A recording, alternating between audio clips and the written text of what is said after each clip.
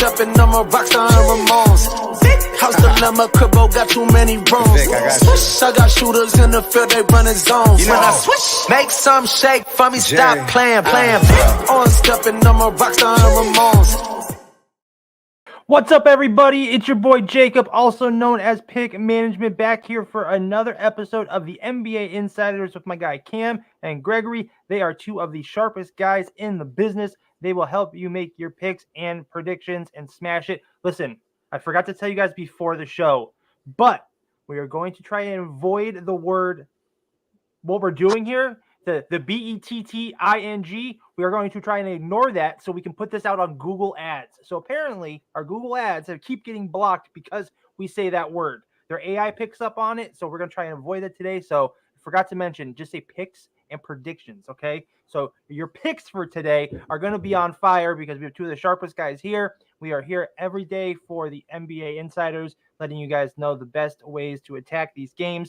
Before we dig into that, though, I need to tell you guys about a couple of apps you need to try out. First is the Juice Reel app. It will automatically connect to your book so you can improve on your picks and predictions. You can sell a subscription service right through there. Or if you're a guy that likes the tail, you can find all sorts of talented handicappers there who will make selections for you that will make you money. One guy in there literally bet over $80 million last year. And it's synced right to his book, so you can see all of his plays. It's unbelievable. The other one is the Rhythm app. Rhythm is going to teach you how to build predictive sports models. It is an Unreal app. It uses AI-powered technology to take you from A to Z, teaching you everything you need to know about predictive models, or you can use their pre-built models, which smashed March Madness, the Masters, the Live Golf Tournament, all that stuff. They have a AI caddy that takes you hole by hole at golf tournaments, telling you what to take live. And it is pretty unreal, and they keep smashing. Guys are cashing big tickets over there. So make sure you check them both out. We have it's totally free to sign up, and there's a free trial. Just click the link below. But Cam, Gregory, are you guys ready to dig into our Game 4 NBA slates? Let's do it. All right. So first up, we have a game between the Magic and the Cleveland Cavaliers. Between the Cleveland Cavaliers and Orlando Magic. And if you watched the last episode, I cashed my 5-unit play that over hit easy. Actually, it did by like a point, but but hey, it will take the win. But what do you guys have for this one, Kim? I'm gonna go throw it to you and let you take over. I'm gonna throw this one to Greg because this is the one game I didn't really have. I think this, just to say this piece real quickly though, I think Game 4 for a lot of series is very interesting. A lot of my plays today are prop plays because Game 4 is usually the game where you get your best haymaker from the underdog, or that favorite shows you why they're the favorite. So today is going to be one of those days where there's a little bit. It's thankfully today with Boston and Miami, we have in Orlando and Cleveland, we have two games that have a little bit more depth to them to see if whoever wins today, it kind of could swing the series. But the other two, it's like, hey, we'll find out today if these teams are pretenders, if they're the real deal. So OKC and Denver are looking, of course, to kind of wrap this up as soon as possible so they can start getting some rest as everybody else kind of fights through these last few games. Definitely. Greg, I know you have a play on this one. Why don't you go ahead and let us know how you feel about Orlando? Man, so back to this series, we was talking about it. Like I said, the first two games, they were horrible for both sides or whatnot. But when Orlando got home, they finally figured out how to get that thing going.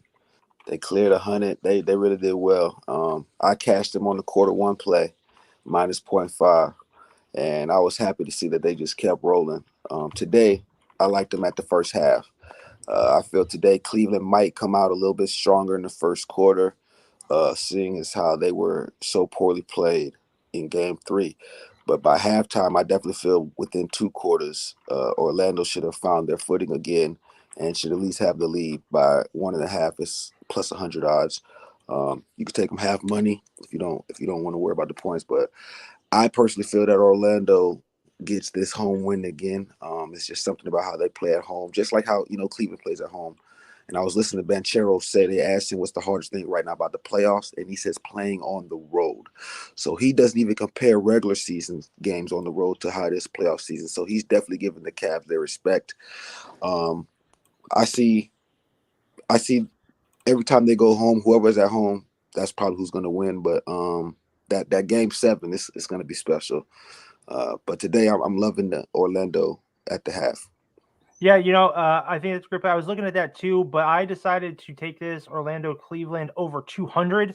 Honestly, I think the books are just crazy for keeping them so. We saw more of an explosion of offense in some of these games in game 3, and I think that continues here. I still think 200 is way too low, especially with Orlando going home. I mean, Cleveland's road defense gives up 109.9 points per game. And Orlando's home offense is scoring 112.5. So I think, just there alone, I think we're going to see it as long as, each of these teams is going to hit 100. That's all we need here. And if they don't, it's just disgusting. And I'll take it all day long, regardless of what's been going on. These teams know how to score. They're healthy, and they are, like Greg said, they're probably going 7. So I really think that, these games are going to be, back and forth the whole time, every single game. And I think that's going to get us over this 200.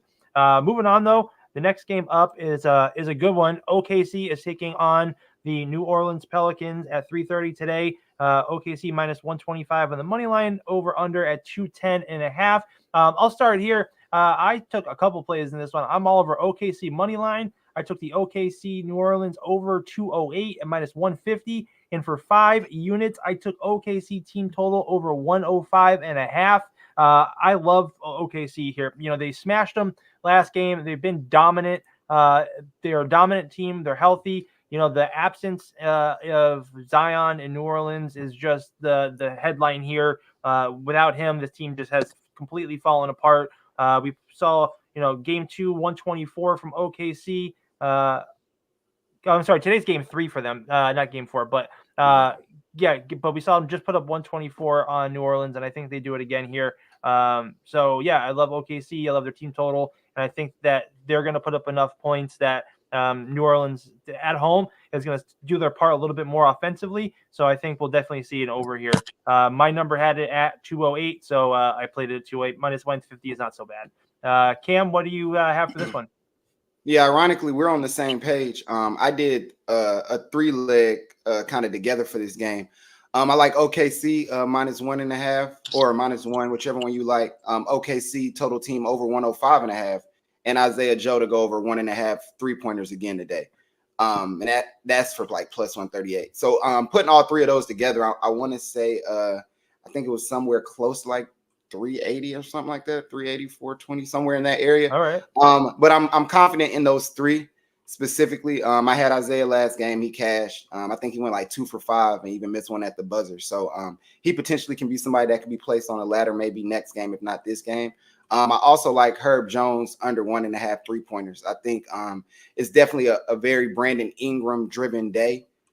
Because this is New Orleans' last shot to have any life in this series. So I think there may be a couple opportunities for Herb to shoot some threes, but similar to like I said about I forgot who it was the other day, but there's no reason. Herb Jones has a more of a reason to be shooting threes. However, I think if Herb gets it, I think he'll be a hockey assist to Trey Murphy or to CJ McCollum a lot of times on the arc. So those are my 4 plays for this game specifically today. Awesome. Greg, I know you got one here too. Why don't you complete the trifecta for us? Yeah, man. Today, it seems like we definitely in unison for sure on OKC. I myself also love the team total over 105.5. I just feel the way that OKC plays, 105.5 is quite low. They're basically almost giving them boys the same team total. I don't like that at all.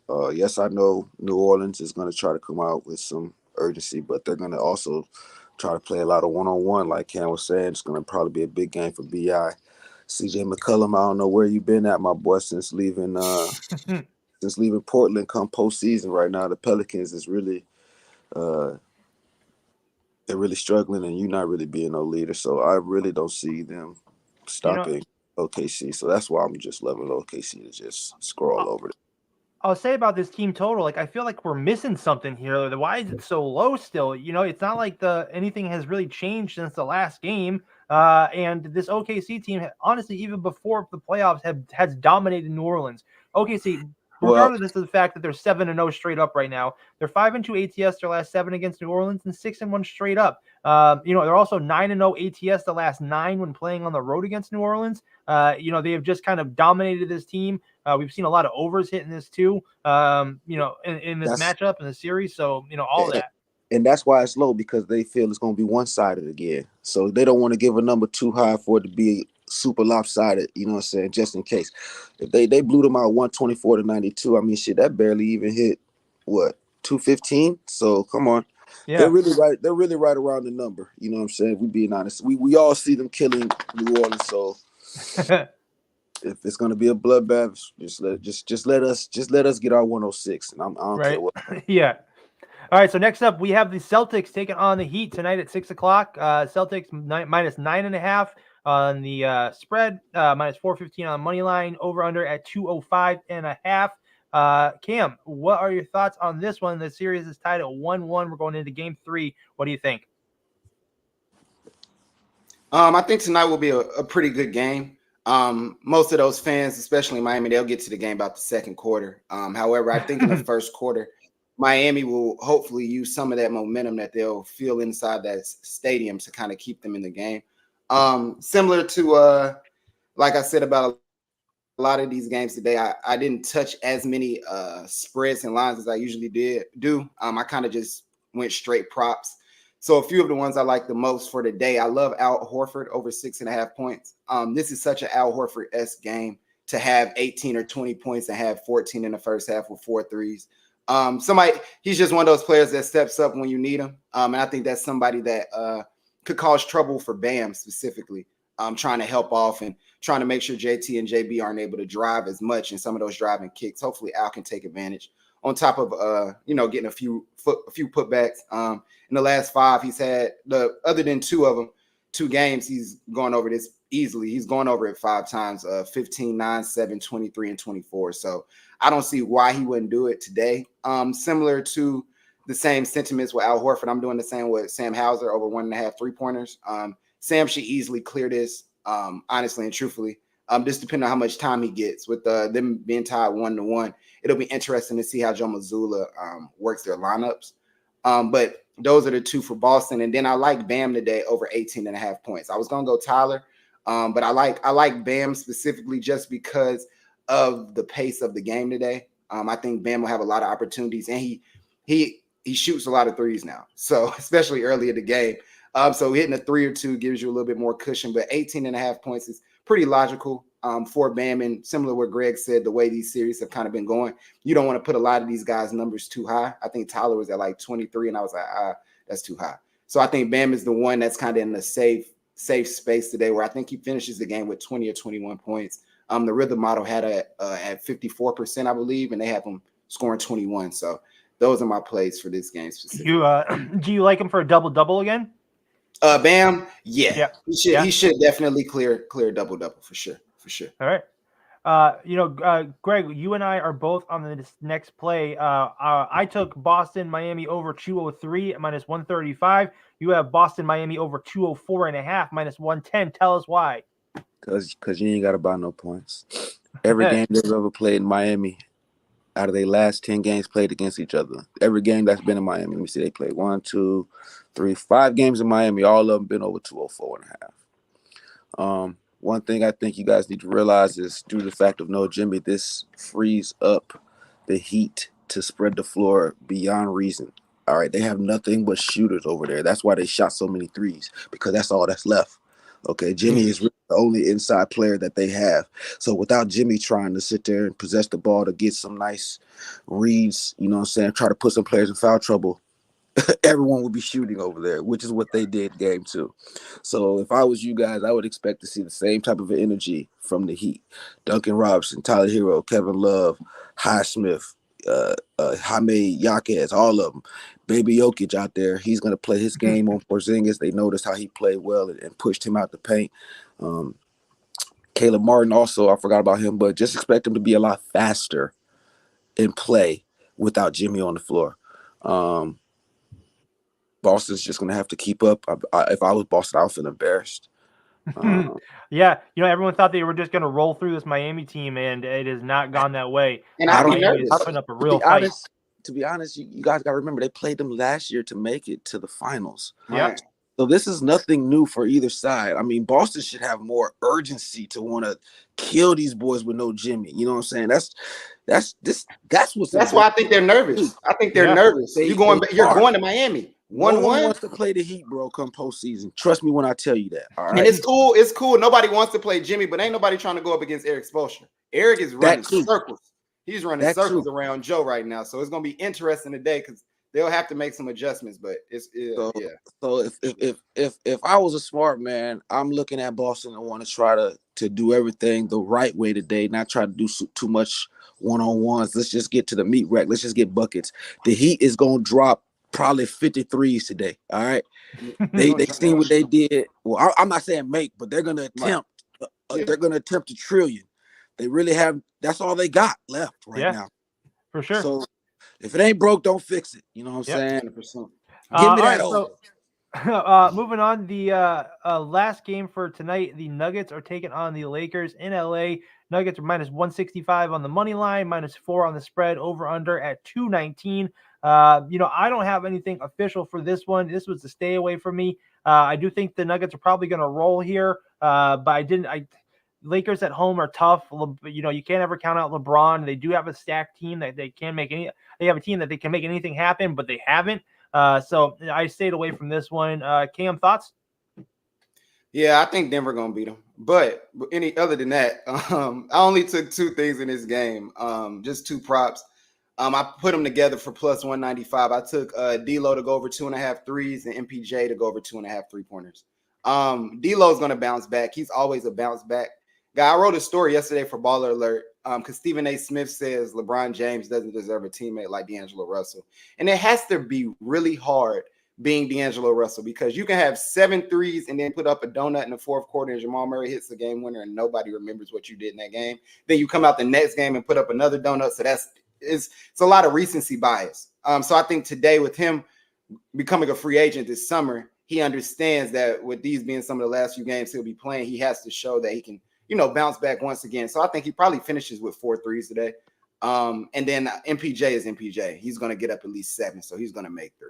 He's going to make 3. That's just what he does. So that's all I did in this game. If you asked me today with a gun to my head, who would win, I would probably take the Denver minus 3.5 because I can't put my money on the Lakers right now. All right.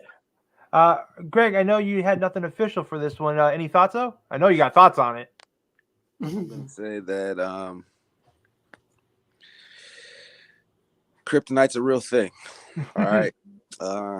It's hard to come to realization, but kryptonite is a real thing. And it just seems that no matter what the Lakers do, they just can't close against Denver. And it's nothing to knock on Lakers. It's nothing to knock on Denver. I'm just gonna say I don't know what it is. I don't know if it's the officiating come 3rd, 4th quarter for the games or something. I don't know what it is, but I think kryptonite's a real thing. I hope they don't get swept, but if they do, Steph will be sending out texts to AD and LeBron, telling them to come on over here. Yeah, let's start practicing for Team USA, my boy. It goes back farther than just the playoffs. So when you talk about kryptonite, the Lakers having kryptonite being the Nuggets are 10-0 their last 10 versus the Lakers. They are 7-1 ATS the last 8. On the road 5-0 ATS their last 5 on the road against them. Just this Denver team is just dominant. Those games they count last year's Western Conference Finals with that. They didn't play that. You know what I'm saying? Yeah. Even so, still. They dogging them boys. They got them. Yes, For they sure. got them. They got them by the clank of clanks. You know what I'm saying? I don't care who's over there. It could have been Kobe playing. Man. It's not going down. And this is the defending champions. Like I try to explain that to everybody. Like this is literally the best team in NBA last year. So they now this is the team players, that Boston. Yeah, Boston need to take some notes. They don't play. You know what I'm saying? They get to it. Denver gets to it. They don't wait. You know what I'm saying? It's one of those. And like I think they understand that they have to play Minnesota next round probably. and Minnesota could sweep the Suns. So they're like, hey, let's get as much rest as possible so we can That's get some another time thing. off. I really think Michael Porter Jr. is really the catalyst for why Denver is able to carry over so well. Like his no fear aspect and having the green light helps Denver more than Jokic being a 20 and 15 guy a night. Chris Army night. Right. Yeah. For sure. He was the MVP game 2. Right. MPJ Michael hitting Porter. that 3. Like I'm surprised he's holding up so well due to the family turmoil he's dealing with also. Yeah, so 100%. I give him kudos on that. He's keeping his poise and staying in the game and helping his team succeed. But gosh, come on, Lakers, give me one. Maybe. So moving on, we have a game 4 tomorrow. Knicks take on the Sixers. Sixers at home -185, -4.5 on the spread. 209.5 is the total. Greg, why don't you tell us what you think about this one? Okay. We've seen game 3. Sixers came to play. I feel Embiid played a little too much. I think that's going to end up burning Philly in the long run. I do think Philly can get another game here. Philly on the money seems good, but I also love Knicks to cover the spread. You can buy them up 2.5. I think they cover plus 7.5. So you can do a nice SGP with the Sixers money and the Knicks plus 7.5. Brunson was spectacular. The Knicks, everyone played pretty well that game, but I just think it was just too much Embiid. Knicks need to figure out a way to slow him down or just keep trying to overwork him. So when it comes down to game 6 and 7, he won't be as productive putting up so much minutes. I see this going 7. This is another series like the Orlando and Cavs where I see the home teams win every game until game 7.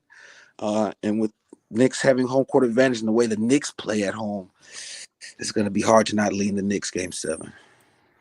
Yeah, for sure. For me in this one, I could not decide on a side. I do like Philly a lot here. I agree with what you're saying with home team victories, but I still couldn't do it. The Knicks have what it takes to do it. I just think Embiid is the kind of player, while the Knicks have stars on there, you know what I mean? Embiid's a different level, of star and player. So that's why I have a lean towards Philly, but I took the total here. I took over 206.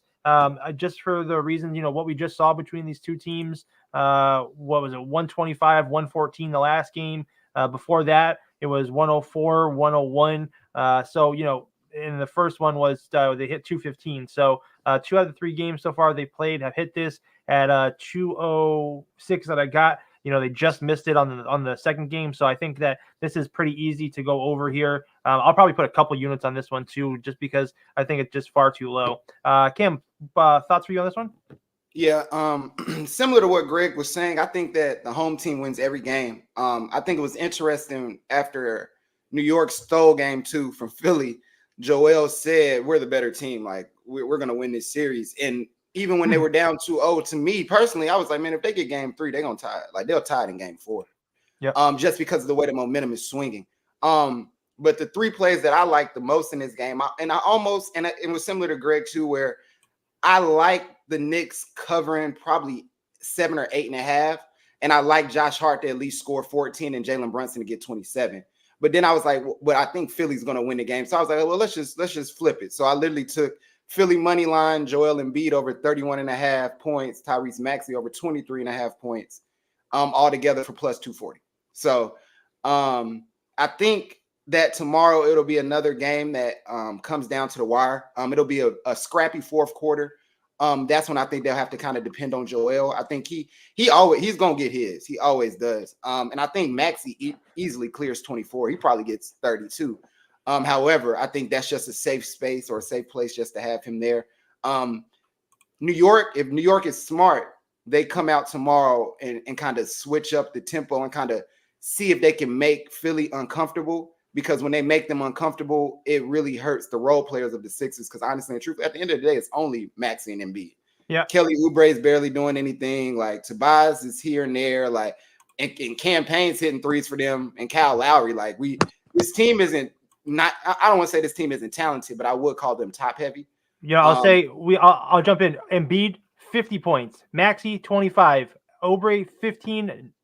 Payne, 11. No one else broke double digits. Yeah, so those two understand the level of how adamant they have to be on the scoring side. So I'm like, hey, let me just take those two, and then I think the Sixers, I don't know if they cover, but they'll win tomorrow because they know how important it is. But I think, hey man, that game 7 in the Garden, man, it's gonna be phenomenal. Yeah, that's it'll gonna be a be good amazing. one. That's for sure. phenomenal. So moving on tomorrow night, tomorrow afternoon, 3:30 tip off. Clippers, Mavs. Mavs minus 220 on the money line, minus 5.5 on the spread. 209.5 is the total. Greg, thoughts, feelings, concerns? Yeah, you guys remember I've been on the Mavs since the beginning of this series. I think they smell blood, and I think I think they're going to take off right here. They're going to win another game at home. I personally love them at the run line, but I would take it at 6.5. I don't like solid numbers. If you're going to beat me, beat me. I think 7 is great. They already beat them by 11 the other day. I just don't think that the way the Clippers are playing against the Mavericks, they can keep the pace going. And do the Mavs have another great home game, this should be easy for them to go back to the Clippers and either close it out or come back home. Yeah, the Clippers just kind of fell off. We've seen them lose, 5 out of their last 6. They just have been playing some ugly basketball lately. And they have the pieces now that they're healthy, and they're just not, not putting it together. Cam, what do you think about this one? Yeah, and I think I talked about it the other day when I was talking about how good the Mavs are in Dallas. Like they just play really well in American Airlines Arena.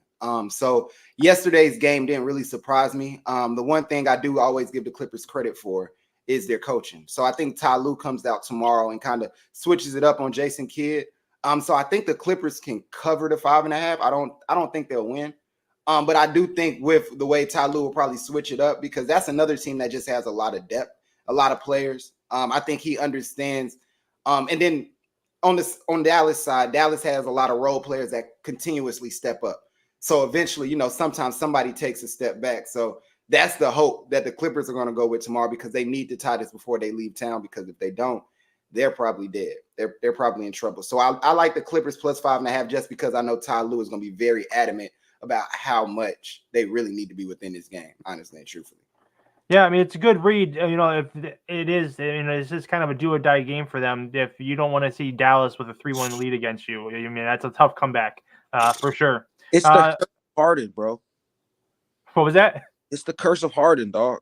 Yeah, for sure. Okay, so tomorrow night we have the Bucks taking on the Pacers. A series that we thought was going to be really good, and it's looking like this is the Pacers, series to lose at this point. Minus 330 on the money line, 8 on the spread, 220 is the total. I'll jump in to take this over first. I took the Pacers team total over 114.5. They just hit this the last game, and this Bucks team, they did come back. It was scary. They pushed it to OT, but the Pacers still ended up closing. And I think the fact that they did is really just gonna kill the vibe on this team right now. And that was a dagger in the heart for them to come back and still end up losing that game. So I like the Pacers here. The 8 was a little steep for me. Didn't know how I really wanted to attack it. I had them on first half yesterday, but even that's a little rich for me right now. So I thought the way to best take this was the team total over 114, because I think we're going to see some points in this game. Cam, what do you think? I think it's going to be very interesting because now Damian Lillard has a sore Achilles. So I think the books took that into account, that the Bucks don't have their motor. So I stayed away because I'm probably going to stay away mostly. Similar to you, I think that Indiana team total over or the over probably for the game. It opened at 223. It came down to 220.5 because people probably were all over the under without Dame playing. I don't know how much scoring they expect. However, if I know this Indiana team, how I'm starting to think I know this Indiana team, I could see tomorrow being a 128, 106 type of day where they just say, hey, look, we understand what we need to do today. Like, let's not even give them an opportunity to think that they can get back in here. You know what I'm saying? So I For think sure. I would touch the over. But that's the only thing I think I would do in this game, because I think Dame said in overtime last night, he told Doc Rivers, like, hey, I can't do anything exploding off this leg. So I can be a decoy, but I can't explode off this leg. So that's why Chris Middleton became Michael Jordan last night. But For sure. we look good. So yeah, that's Definitely. what I think I do. Greg, what do you think? I've been saying it since game one, man. The over is gonna cash every game, flying colors, especially after game one. All right, the game one was just a punch to the face. Game two, Pacers solidify, hey, we ain't running. Game three, Pacers let you know we definitely ain't running. Like Cam just said, now that Dame is injured with a Achilles problem, that's going to limit at least 25 points if he even plays that much. Middleton, I'm not going to say he's going to have another game like he had, but he definitely is going to come real close because they give him those shots. And Chris Middleton knows how to find his shots. So I still expect the Bucks to compete. But this is going over. They dropped the over a few points, like you said, just because of the Lillard aspect. It was at 222.5. They got it right now at 220.5. It's free money. Yep. All right. So last game, tomorrow night, last game 4 on the board. Minnesota leads the series 3-0. The most unlikely sweep is possible tomorrow. I never thought it would be the Suns that we're talking about being swept first. But the Suns plus 105 on the money line. T-Wolves minus 125, over under 211, spread at 1.5. T-Wolves favored on the road at Phoenix. I didn't touch this game. I'm going to say probably the Suns, because I can't imagine them getting swept, but it is looking more and more likely every game. They are just disappointing right now, totally disappointing. So, Greg, what do you think for this last game? I will say Curry's calling KD and Booker up too. Hey, come back. Y'all might well get on over here and get ready for practice. It's a wrap. Part of me feels it's Bradley Beal. He's played not so much all year. They should have just kept him out of the rotation and brought him off the bench or something like that. Him starting in games is really giving the Suns a bad mojo to me. Booker can't get a chance to get really moving at all with Bradley Beal on the floor, and they don't mesh well together. So that's what I feel their problem is with Phoenix, is that they don't have a chemistry proper lineup to facilitate when Bill don't play, Booker drop 50. You know what I'm saying? KD be dropping 30, things like that. It's just too many ball dominant players in the starting lineup, especially the way we know Bill likes to play, but he's more of a one-on-one type of guy, and that slows the pace down for you to look for other players. He's not like a pass first type of a point. You feel me? So due to the fact that hinders the Suns, I definitely see them getting swept. Don't be frightful. Minnesota probably beat them by 10 again. Kim, why don't you close it out for us? Yeah, man. KD, that's my guy. So this is devastating, to be honest. Similar to what Greg said, it's Bradley Beal. Like, he shouldn't be playing. He literally needs to be traded. The third most consistent player on this team is Grayson Allen. Like, that's the big three. Like, it's KD, D-Book, and Grayson. Like, that's why they just gave him $70 million for he went into the offseason, because they're like, let's lock him up now. And with him having his ankle problems, he was a late scratch last night. Because I took it for under 12.5, because I just knew, like, Grayson's barely gonna play if he plays tonight. This is their last shot. I took the Suns plus 1.5 because I said, hey, now one thing I do know is that they'll come out and at least try, but I mean, Minnesota's good. Minnesota's deep, and similar to Denver, Minnesota got them figured out. They didn't really have them figured out during the regular season. It was more so a fill out. But what they did do is they've switched up the rotation that they've kind of played, and the way that Naz Reid and Jaden McDaniels have been able to attack Phoenix is totally different than the way they were attacking them during the regular season. So I'm hoping Phoenix covers this plus 1.5 as one of my official plays. I really do think they'll come out strong, but man, it's hard to go against the T-Wolves right now. It's really hard to go against the T-Wolves right now. It sure is. All right, well, hey, listen, this was a great show. Why don't we go ahead and recap our best bets? Greg, why don't you go ahead and give us yours first? Okay, I'm starting with that Orlando Magic at the half, minus 1.5, plus 100. Then I'm going to come back with OKC at the 105.5 team total over. And last but not least is the Boston Miami over 204.5. Awesome. And Cam, why don't you go ahead? Oh, I'm sorry. You know what? Greg, why don't you tell people where they can find you on social media? You can find me at Instagram mainly, Buku_Living Billionaires, or you can go to the search bar and type in Smackington, and I'll pop right up. And we're going to be getting Greg more involved on Twitter too, and in the Pick Management Discord. We're going to get all this rolling now that he's part of the team. So it's been great having him here, and he does a terrific job every single time. Make sure to catch him on the NHL shows too. He'll be wrapping up the season with me and TJ. But Cam, let's go ahead and get your best bets, and you can tell people where they can find you. Okay, perfect. So we'll start with the OKC game. I'm putting these three together. OKC -1, OKC total team over 105.5, and Isaiah Joe to have more than 1.5 3-pointers at +138. Then we also took Herb Jones under 1.5 3-pointers in that same game. Next we'll have Al Horford going over 6.5 points, Bam Adebayo going over 18.5 points, and Sam Hauser going over 1.5 3-pointers. Moving on, then we have D'Angelo Russell and Michael Porter Jr. both having over 2.5 3-pointers for +195. And then we have Joel Embiid over with 31.5, Tyrese Maxey over 23.5, and Philly Moneyline at +240. And then we have Clippers +5.5 and Suns +1.5. Awesome. And where can people find you?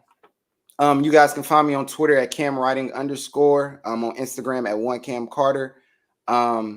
And at Baller Alert, I write on sports over there, and then I have my own player management company called The Agglomerate. So hit us up. Awesome.